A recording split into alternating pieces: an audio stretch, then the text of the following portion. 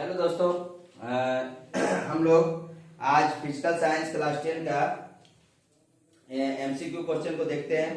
इससे पहले हम पहला चैप्टर जो है उसको डिटेल से पढ़ा दिए थे, जो भी वायुमंडल, क्षोभमंडल, घनमंडल, समताप मंडल। तो इसका सभी जो वायुमंडल पढ़ाए थे उसी में आज इसका शॉर्ट क्वेश्चन देखते हैं, और इसके बाद हम लोग एक एक करके बहुविकल्पीय है, फिर मार्क्स 2 का आता है, फिर मार्क्स 3 का, group A, group B, group C, सबको एक एक करके देखते हैं। चलते बोल रहा है वायुमंडल में प्राकृतिक घटनाएं किस मंडल में घटती है? तो वायुमंडल में प्राकृतिक घटनाएं क्षोभ मंडल में घटती है। कौन मंडल में? क्षोभ मंडल में घटती है। ठीक है, ये बहुविकल्पीय प्रश्न है। आप लोग अपना ऑप्शन को देख देख करके आप एक तरफ से ही आप क्या करिएगा कि टिक आउट करते चल जाएगा। ठीक है, क्षोभ मंडल में घटती, बोला कि वायुमंडल में प्राकृतिक घटनाएं किस मंडल में घटती है? तो क्षोभ मंडल में घटती है। जितनी भी प्राकृतिक घटनाएं घटती है, वर्षा, तूफान, आंधी, जो सब सारा चीज आता है, सब कौन मंडल में आता है? तो क्षोभ मंडल में आता है। ठीक है, इसका आगे देखते हैं कि घन मंडल तथा शांत मंडल के मध्य के मंडल को क्या कहते हैं? तो घन मंडल तथा शांत मंडल के मध्य के मंडल को हम लोग ओजोन मंडल कहते हैं। कौन मंडल कहते हैं? ओजोन मंडल। ओजोन मंडल कौन मंडल कहते हैं? ओजोन मंडल।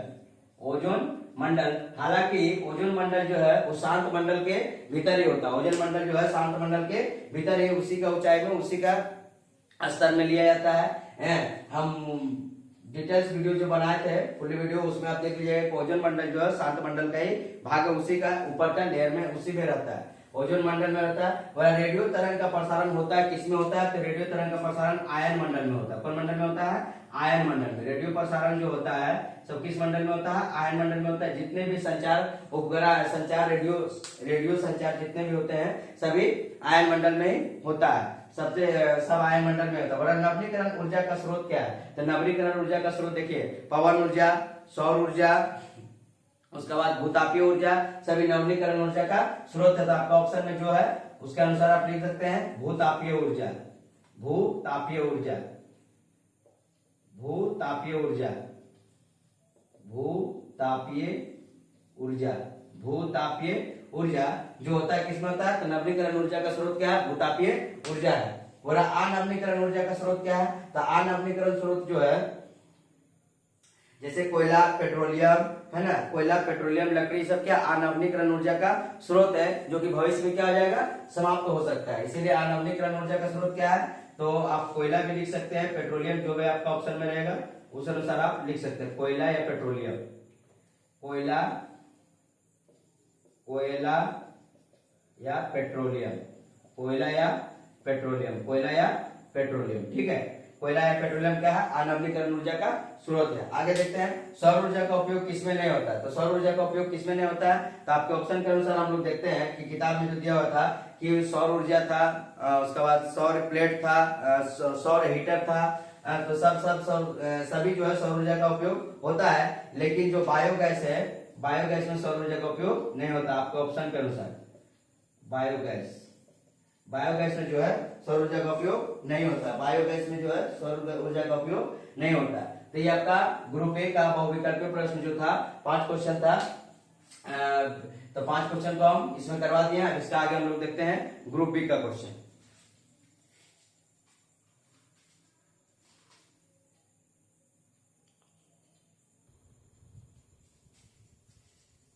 देखिए, इसका आगे ग्रुप बी का क्वेश्चन, हम लोग ग्रुप बी का क्वेश्चन देखते हैं, जिसमें अति संक्षिप्त उत्तरीय प्रश्न में उत्तर देना होता है। जो 2 नंबर क्वेश्चन है, 2 का 1 नंबर बोल रहा है कि आयन मंडल में गैस किस रूप में पाई जाती है? तो हम बताए थे पहले की वीडियो में कि आयन मंडल में जो गैस है वो आयन के रूप में पाया जाता है। किसके रूप में पाया जाता है? तो आयन के रूप में पाया जाता है। तो इसका आंसर हो जाएगा आयन के रूप में, आयन इसका आंसर हो जाएगा। लेकिन आप लोग को लिखना है कि आयन मंडल में गैस आयन के रूप में पाया जाता है। आयन मंडल में गैस आयन के रूप में पाया जाता है। आयन के रूप में, आयन के रूप में पाया जाता है। आयन के रूप में, आयन मंडल में जो गैस है आयन के रूप में पाया जाता है। बोला परावैंगनिक किरणों का अवशोषण किस मंडल में होता है? देखिए, परावैंगनिक किरणों का अवशोषण ओजोन मंडल में होता है। अगर आपको पूरा लिखना है तो ओजोन मंडल या तो शांत मंडल भी लिख सकते हैं। तो परावैंगनिक किरण का अवशोषण लिखना आप लोगों को, परावैंगनिक किरणों का अवशोषण शांत मंडल या ओजोन मंडल में होता है। ओजोन मंडल, ओजोन मंडल जो ओजोन परत इसका रक्षा करता है परावैंगनिक किरण को, ओजोन मंडल या शांत मंडल, ओजोन मंडल या शांत मंडल, ओजोन मंडल या शांत मंडल। परावैंगनिक किरणों का अवशोषण किस मंडल में होता है? तो परावैंगनिक किरणों का अवशोषण ओजोन मंडल या शांत मंडल में होता है। और रक्षा आवरण किस मंडल को कहा जाता है? तो रक्षा आवरण भी ओजोन मंडल को कहा जाता है, ओजोन मंडल को रक्षा आवरण ओजोन मंडल को कहा जाता है, ओजोन मंडल, ओजोन मंडल, ठीक है। ओजोन मंडल में ही ओजोन परत पाया जाता है जो परावैंगनिक किरणों को आने से रोकती है। परावैंगनिक किरणों के कारण ही हम लोग का अगर परावैंगनिक किरण हम लोग के शरीर पे डायरेक्ट पड़ेगा, जिसके कारण क्या हो सकता है कि स्किन रोग, कैंसर, ये सब रोग हो सकता है। इसीलिए परावैंगनिक किरण को रोकने के लिए ओजोन परत का जो लेयर होता है ओजोन मंडल में, वो उससे क्या करता है? रक्षा करता है। और कि दो प्रमुख ग्रीन हाउस गैस का नाम लिखो। तो ग्रीन हाउस गैस तो बहुत नाइट्रस ऑक्साइड है, कार्बन डाइऑक्साइड है, मीथेन है ना, तो बहुत सा जलवाष्प के रूप में भी आता है। तो ग्रीन हाउस गैस जो है, जो बहुत से गैसों का मिश्रण इसमें ग्रीन हाउस गैस में, जो ग्लोबल वार्मिंग को सहायता करता है बढ़ाने के लिए, ठीक है। तो ये जो है दो प्रमुख ग्रीन हाउस जो गैस है वो कौन कौन है? तो सबसे मुख्य ग्रीन हाउस गैस जो आता है वो कार्बन डाइऑक्साइड होता है। इसको हम लिख सकते हैं कार्बन डाइऑक्साइड और methane. Carbon dioxide, carbon dioxide, carbon dioxide जिसका सूत्र होता है CO2, CO2, और मीथेन, मीथेन जिसका सूत्र होता है CH4, CH4। मीथेन का सूत्र क्या होता है? CH4। मीथेन का सूत्र CH4 होता है। कार्बन डाइऑक्साइड का सूत्र क्या होता है? CO2। ये ग्रीन हाउस गैस, प्रमुख ग्रीन हाउस गैस है। और फ्रिज तथा एयर कंडीशनर, फ्रिज तथा एयर कंडीशनर के अत्यधिक प्रयोग से कौन सा गैस निकलता है? तो फ्रिज तथा एयर कंडीशन से CFC गैस निकलता है, जिसको हम लोग बोलते हैं क्लोरोफ्लोरोकार्बन। क्लोरोफ्लोरोकार्बन गैस के कारण ही ओजोन परत क्या हो रहा है? धीरे धीरे उसकी मोटाई क्या हो रहा है? घटते जा रहा है। धीरे धीरे उसकी मोटाई क्या हो रहा है? घटते जा रहा है। और ओजोन परत में क्या छिद्र होते जा रहा है। और उसको नापने के लिए हम लोग किसका प्रयोग करते हैं? तो ओजोन परत में जो छिद्र है तो उसकी मोटाई को नापने के लिए हम लोग डाप्सन का प्रयोग करते हैं। तो बोल रहा कि फ्रिज तथा एयर कंडीशन के अत्यधिक प्रयोग से कौन सा गैस निकलता है? तो CFC गैस निकलता है, जिसको हम लोग बोलते हैं क्लोरोफ्लोरोकार्बन, क्लोरोफ्लोरोकार्बन,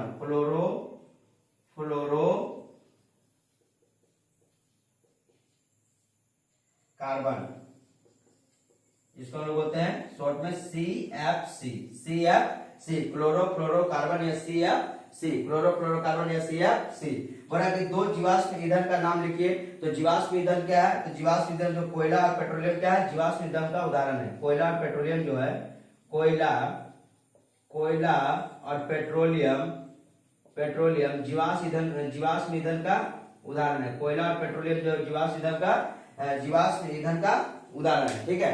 तो अभी तक हम लोग 6 क्वेश्चन को देख लेते हैं। इसका आगे हम लोग 7 नंबर क्वेश्चन देखते हैं। और ये ग्रुप बी का अति संक्षिप्त उत्तरीय प्रश्न है, जिसका जो 1 मार्क्स का आता है। इसका मार्क्स कितना रहता है? इसका मार्क्स रहता है 1, ठीक है। 1 नंबर का क्वेश्चन रहता है सब कि आयन मंडल में गैस किस रूप में पाई जा रही है? तो आयन मंडल के रूप में, आयन के रूप में पाई जा रहे हैं। आप इसको ऐसे भी लिख सकते हैं या तो ऐसे लिख सकते हैं। इसका आंसर आयन मंडल में गैस आयन के रूप में पाया जाता है, ठीक है। उसके बाद परावैंगनिक किरणों का अवशोषण किस मंडल में होता है? तो परावैंगनिक किरणों का अवशोषण ओजोन मंडल या शांत मंडल में होता है, ओजोन मंडल या शांत मंडल में होता है। उसके बाद रक्षा आवरण किस मंडल को कहा जाता है? तो रक्षा आवरण ओजोन मंडल को कहा जाता है।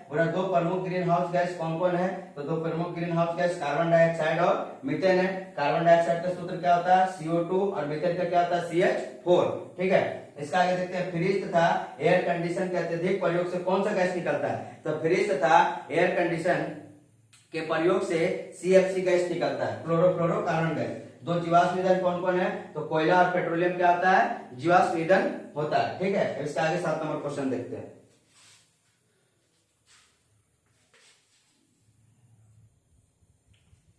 अब देखते हैं 7 नंबर क्वेश्चन हम लोग कि सौर कोष किसका बना होता है तथा यह किस धातु से जुड़ा होता है? सौर कोष जो होता है ये अर्धचालक का बना होता है। सौर कोष किसका बना होता है? तो अर्धचालक का बना होता है। अर्धचालक में कौन? तो सिलिकॉन को लिया जाता है। तो अर्धचालक का बना होता है सौर कोष, अर्धचालक का बना होता है।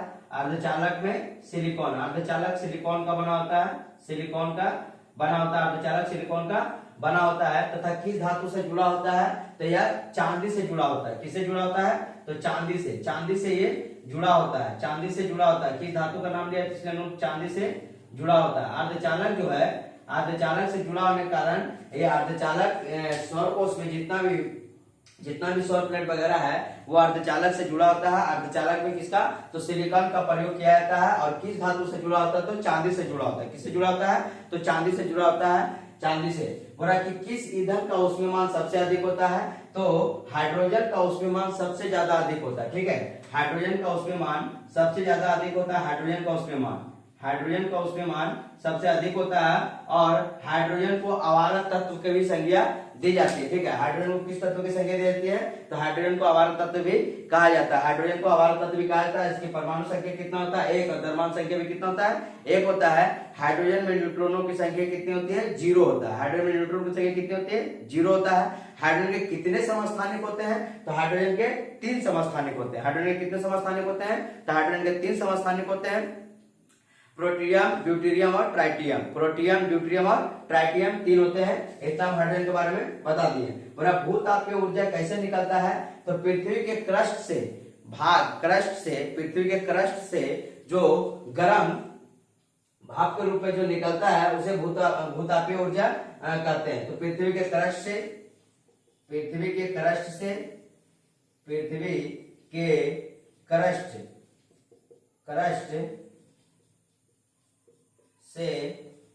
जो भाप निकलता है उसे भूतापीय ऊर्जा भी कहते हैं। पृथ्वी के क्रस्ट से जो जलधारा के रूप में बाहर निकलता है, भाप के रूप में जलधारा के रूप में बाहर निकलता है, जलधारा के रूप में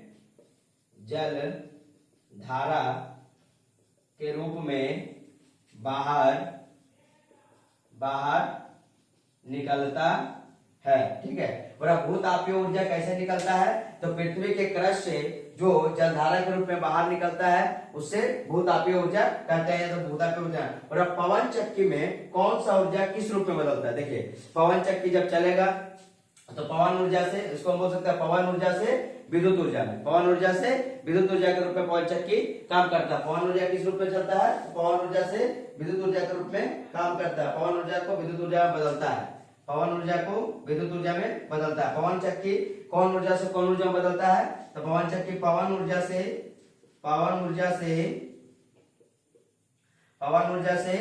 विद्युत ऊर्जा में बदलता है। पवन ऊर्जा से विद्युत ऊर्जा में बदलता है। पवन ऊर्जा से विद्युत ऊर्जा में बदलता है कौन, तो पवन चक्की जो है पवन ऊर्जा से विद्युत ऊर्जा में बदलता है।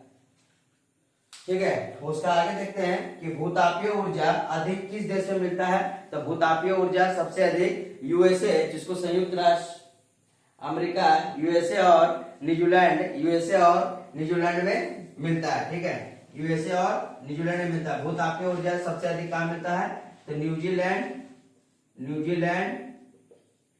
और यूएसए संयुक्त राज्य अमेरिका,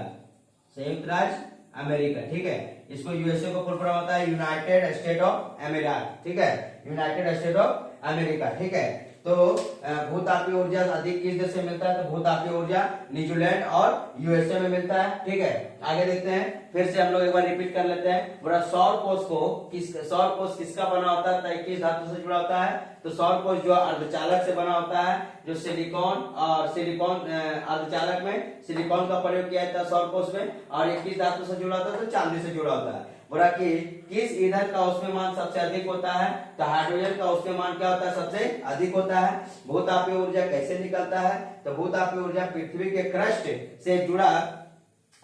से जो जलधारा के रूप में बाहर निकलता है, तो भूतापीय ऊर्जा उसी प्रकार निकलता है। बोला पवन चक्की में कौन कौन सा ऊर्जा किस रूप में बदलता है, तो पवन चक्की में पवन ऊर्जा से विद्युत ऊर्जा में बदलता है। पवन चक्की में जो पवन ऊर्जा से कौन ऊर्जा बदलता है, विद्युत ऊर्जा में बदलता है। बोला भूतापीय ऊर्जा अधिक किस देश से मिलता है, तो भूतापीय ऊर्जा न्यूजीलैंड और यूएसए में सबसे अधिक मात्रा में मिलता है। अब इसका आगे हम लोग देखते हैं ग्रुप सी का क्वेश्चन।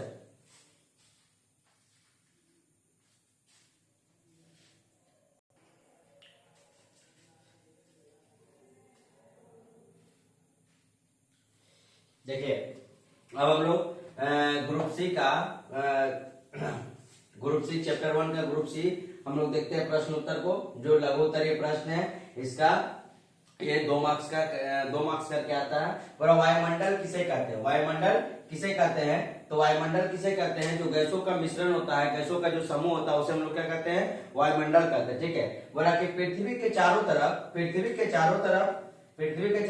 कई सौ किलोमीटर मोटाई में व्याप्त गैसीय आवरण को वायुमंडल कहते हैं। ठीक है, कई सौ किलोमीटर मोटाई में जो व्याप्त के गैसीय आवरण को हम लोग क्या कहते हैं, वायुमंडल कहते हैं। बोला कि वायुमंडल या एटमॉस्फेयर कहते हैं। बोला कि जो पृथ्वी के गैसीय प्रदेश को प्रदर्शित करता है, पृथ्वी के गैसीय प्रदेश को कौन प्रदर्शित करता है, तो वायुमंडल करता है। पृथ्वी के गैसीय प्रदेश को कौन प्रदर्शित करता है, तो वायुमंडल करता है। वायुमंडल जो क्या है, गैसों का मिश्रण है, गैसों का क्या है, मिश्रण है। उसमें ऑक्सीजन, हाइड्रोजन, नाइट्रोजन, उसके बाद जितने भी अक्रिय गैस हैं, अक्रिय गैस में आपको बताए थे helium, neon, argon, xenon, radon, ठीक है, सभी जो है अक्रिय गैसों को मिला करके सभी जो है किसका मिश्रण बना है, तो गैसों का मिश्रण है। और गैसों के मिश्रण को हम लोग क्या कहते हैं, वायुमंडल कहते हैं। गैसों के मिश्रण को क्या कहते हैं, वायुमंडल कहते हैं। उसका आगे देखते हैं हम लोग। बोला कि ओजोन गैस किस मंडल में अत्यधिक मिलता है और क्यों मिलता है,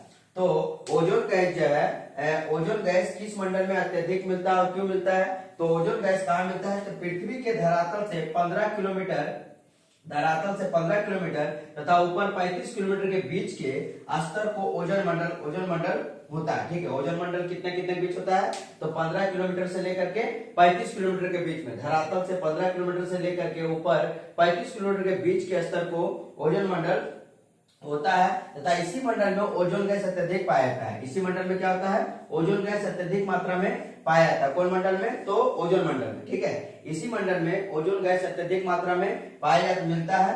हो रहा है इस स्तर में उपस्थित ऑक्सीजन के अणु, ठीक है, इस स्तर में जो उपस्थित ऑक्सीजन के जो अणु होते हैं वो सूर्य के पराबैंगनी विकिरण द्वारा विच्छेदित होकर के ऑक्सीजन परमाणु बनते हैं। ठीक है, इसमें इस स्तर में उपस्थित ऑक्सीजन के अणु सूर्य के पराबैंगनी विकिरण द्वारा विच्छेदित होकर के ऑक्सीजन परमाणु बनाते हैं जो पुनः ऑक्सीजन अणु के साथ मिलकर के ओजोन का निर्माण करते हैं। बोल रहा कि ऑक्सीजन जो है, ऑक्सीजन से मिलकर के ऑक्सीजन अणु जो टूटते हैं, जो बनाते हैं, ऐसे ओजोन का निर्माण करते हैं। ओजोन का फॉर्मूला क्या होता है, O3। ओजोन का फॉर्मूला क्या होता है, O3 होता है।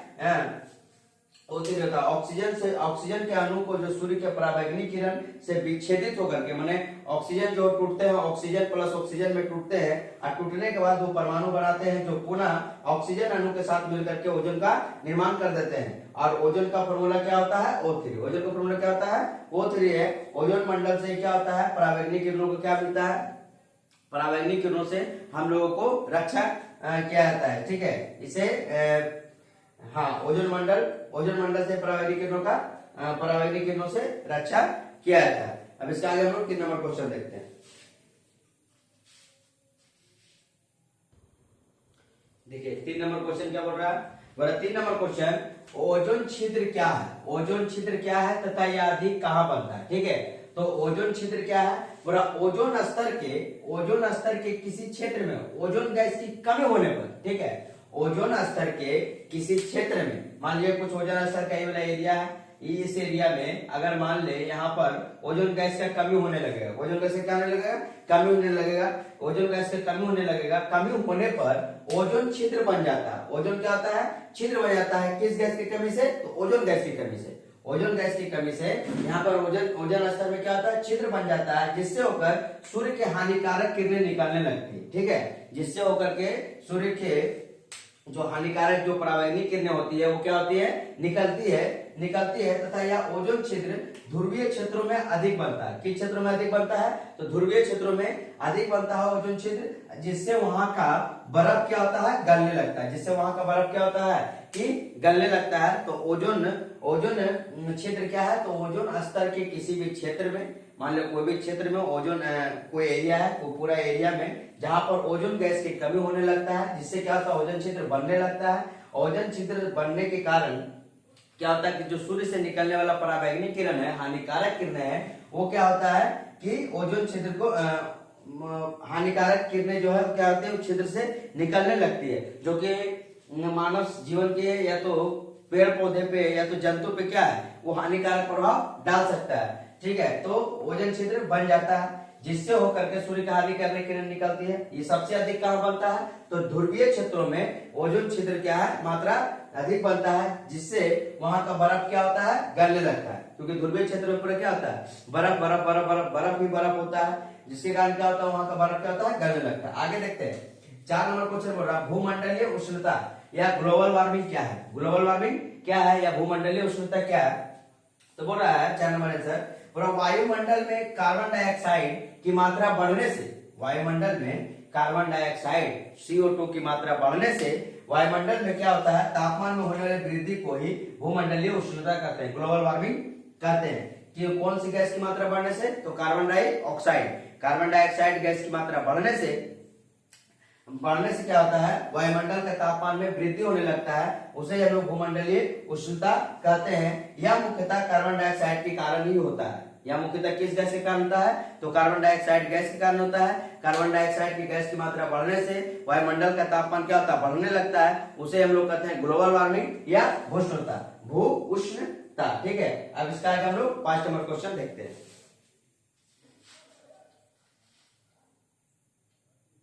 देखिए last number question, group C का लास्ट नंबर क्वेश्चन है 5 नंबर। बोला ग्रीन हाउस गैस क्या और उनके नाम लिखे। ठीक है, ग्रीन हाउस गैस क्या और उनके नाम लिखिए। तो ग्रीन हाउस गैस क्या है, जो वे गैस जो ग्रीन हाउस का गुण रखता है, वे गैस जो ग्रीन हाउस का गुण रखता है, उसे हम लोग ग्रीन हाउस गैस कहते हैं। बोला जो इसमें क्या क्या होता है, कौन कौन से गैस शामिल है, तो इसमें कार्बन डाइऑक्साइड है, जलवाष्प है, मीथेन है, नाइट्रस ऑक्साइड है ना। तो ये सब क्या है, सब ग्रीन हाउस गैस, ओजोन है। और जो कार्बन डाइऑक्साइड है, जलवाष्प है, chlorofluorocarbon CFC, nitrous oxide N2O, इसको हंसाने वाला भी गैस कहते हैं। ठीक है ना, नाइट्रस ऑक्साइड को, ओजोन और मीथेन जो है, ये सब क्या है, तो ग्रीन हाउस गैस है। फिर से एक बार बोलते हैं, कार्बन डाइऑक्साइड, जलवाष्प, कार्बन डाइऑक्साइड, जलवाष्प, क्लोरोफ्लोरोकार्बन, नाइट्रस ऑक्साइड, ओजोन और मीथेन, ये सब क्या है, ग्रीन हाउस गैस है। बोला कि पृथ्वी के चारों तरफ से घेरने वाले, ठीक है, पृथ्वी के चारों तरफ से घेरने वाले वायुमंडल ग्रीन हाउस गैस के भांति ही कार्य करता है। पृथ्वी के चारों तरफ से घेरने वाला जो वायुमंडल है, ग्रीन हाउस के भांति ही कार्य करता है। यह सूर्य के ताप को अपने में से गुजरने देता है, या सूर्य के ताप को अपने में से गुजरने देता है तथा परंतु बाहर जाने वाले दीर्घ किरणों का अवशोषण कर लेता है। बाहर जाने वाले दीर्घ किरणों क्या करता है, अवशोषण कर लेता है, बाहर जाने नहीं देता है, जिसके कारण क्या होता है, दिन प्रतिदिन पृथ्वी का तापमान क्या हो रहा है, बढ़ते जा रहा है। जिसके कारण दिन प्रतिदिन पृथ्वी का जो तापमान क्या हो रहा है, बढ़ते जा रहा है। किसके कारण, तो ग्रीन हाउस गैस के प्रभाव के कारण। और इसमें भी मुख्य अगर गैस लिया जाए तो कार्बन डाइऑक्साइड है, और ग्लोबल वार्मिंग में भू उष्णता में भी अगर लिया जाए तो कार्बन डाइऑक्साइड है, जो मुख्य रूप से ग्रीन हाउस गैस में भी और वायुमंडलीय भू उष्णता में भी पाया जाता है। और सबसे ज्यादा पृथ्वी का तापमान बढ़ाने में योगदान कौन करता है, तो कार्बन डाइऑक्साइड करता है। ठीक है, तो इस तरह से आपका ग्रुप ए, ग्रुप बी और ग्रुप सी क्वेश्चन यहाँ पे आपका समाप्त होता है। आप ग्रुप डी जो है, जो 4 नंबर का क्वेश्चन आता है, उसको हम लोग 3 नंबर का क्वेश्चन उसको हम लोग आगे के वीडियो में देखते हैं। अगर आपको किसी प्रकार का त्रुटि हो तो आप जरूर कमेंट करिएगा। इसके लिए धन्यवाद।